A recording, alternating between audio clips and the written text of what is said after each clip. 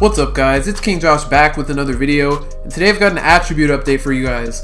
Higher than Elon Musk, so high stars and dust, and I got a colorful aura, like I got neon guts. So first of all, if you're wondering why I'm on the Hawks, I just wanted to go to the worst team in the league so that I can sim at the half every time because they're so trash that they'll just be down by 11. I don't really care about winning career games, I just care about simming at the half, so they'll be down by 11. So my jump shot is jump shot 49. I recently made a jump shot video on it, so go check that out if you haven't already. My free throw is Kobe Bryant. I've been using this free throw since 2K16. This free throw is just so smooth and so easy to time. So for dribble pull-ups, I use athletic 11, even though I don't take that many pull-up jumpers on this player. But anyway, this jumper is very fast and it makes your player jump very high, so it's pretty effective. For the spin jumper, I use normal 9, even though I don't take that many spin jumpers. So for hop jumpers, I use normal 14.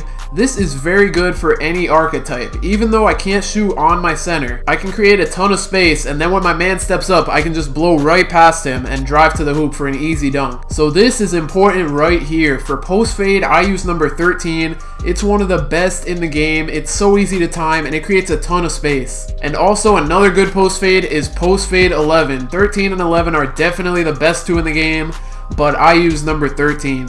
For the post hooks, I use Shaq. I'm not sure that it's the best one, but there are only 4 post hooks in the game this year. There's hook 1, hook 2, sky hook, and Shaq. And for some reason, when I used the sky hook last year, every time I let go when the bar was full, the bar ended up always going past, so I guess there's a problem with that for me. So I use Shaq's post hook because of that. For the post hop shot, I use post hop shot number 1.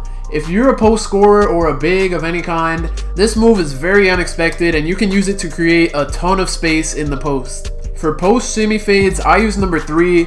This move is very effective. I don't use it that much, but this one that I have equipped is very fast and unexpected because he turns one way and then really fast he turns the other way and then just post fades. And then last but not least, I have shimmy hook number 3 on. So these are the dribble moves that I use. These are actually not that bad. These are probably the best dribble moves that you can use on a player with under 75 ball control. I have these same exact moves on my sharpshooter and they're pretty effective, like especially when you're on the fast break. But the move that I use the most on my center is probably behind the back 2.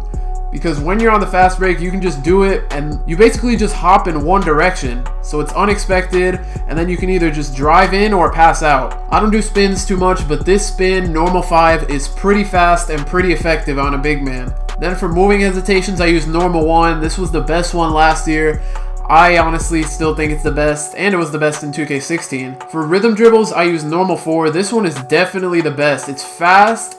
Even though it's not that effective on a center, it's probably the fastest one that you can get with under 75 ball control. Then for size up packages, I have normal 4. I mean, this is probably the move that I use the least all the time because it's such a slow dribble move that it can't really create space. But look at normal 1 right here. This is like really slow.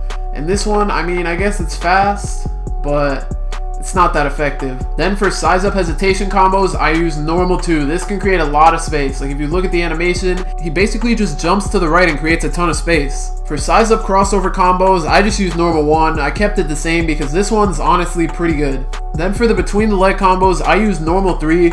This one can get some good animations. Even though my ball control is pretty low, it's not that effective, but sometimes it works. And then finally for behind the back combo, I just kept normal 1 on because every time I do a behind the back on my big man, he just ends up dribbling the ball really slowly.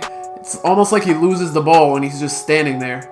For my layup package, I have long athlete because that's the only one I can get on my big man besides the generic ones. So for my dunk packages, I have clutch baseline reverses. This dunk is a must on any player you can get it on. If you have camera relative on for your dunks, and you blow past someone, you can just reverse dunk on them instead of taking a dunk and possibly getting blocked. Then I have under basket rim pulls. This one's pretty basic. Same with this, under basket regular. Then rim grazers off 1. This one is very fast, very effective because he puts his hand up to dunk at the last second, so it's very hard to block.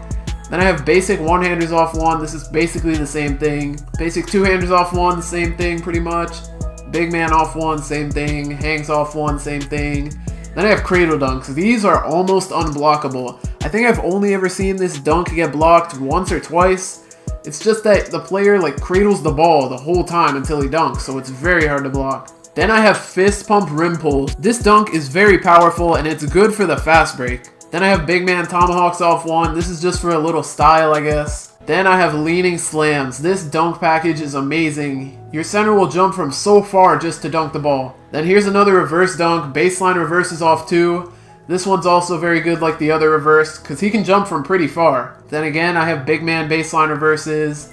And then last but not least, I have front windmills to add a little flashy dunk in there. And then down here, I do have big man contact dunks. These are pretty effective if you have a player that can get them, so I suggest buying them. Then for the pregame rituals, I just have this fighter one for Park. Because honestly, I'm waiting to hit 91 overall so I can get the backflip one. That's the one I've been waiting for all year. For celebrations, I just bought Hot Hand in the very beginning of the year. That's why I only have one equipped. But yeah, I just have Hot Hand after anyone hits a shot or whatever. And then after somebody gets a block, I bought this one. It's called Fall. It's pretty funny even though I don't use it a lot. I just forget to use it. But I do use it when I can. Then for flops, I have Fanatic. It's the one where you just like wave your hand and fall down. This one's pretty funny. And then for the post-game celebration, once again, I only have one because I bought these in the beginning of the year. But I did decide to spend it on Worm. I'm probably going to buy a new one because this one's getting old. And I kind of want to have more than one. And then for my walking around, I just have Stride Kicks. Jogging around, I have B.Diesel. And running around, I have LeVar because this is honestly the fastest run in the game. It's almost as fast as the bike. And then for emotes, I have Michi, Hit Them Folks 2. I have the side worm, which is kind of like the other worm that I just showed you for the post-game celebration. I have Had Too Much, which is just falling down. And then I have side worm again, because I only have 3. So before this video ends, I'm just going to show you guys my attributes really quickly. So I'm a 90 overall. I have 87 shot close, 61 mid-range. I wish it were better, honestly. I have a 54 three-pointer, 87 standing layup, 59 driving layup. That's pretty bad. 54 standing dunk, 58 driving dunk, that's also pretty bad. 83 contact dunk, which I like. And then for my draw foul, it's only a 68. I honestly have no idea how to get this up, but I wish it were higher. Ball control 43, passing is pretty low. Post hook and post fade 74, offensive consistency 84, rebounding 92, defense is only in the 60s. Oh my goodness. Pass perception 65, steal 65.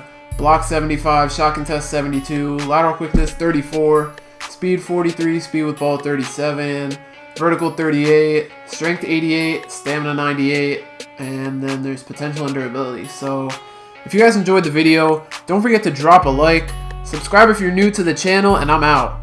Peace. I think it's catching up to me. Nobody's catching up to me. I'm like, can I get some company? I'm like, damn, I'm really undefeated. Yeah. I think it's catching up to me. Nobody's catching up to me. Like, can I get some company?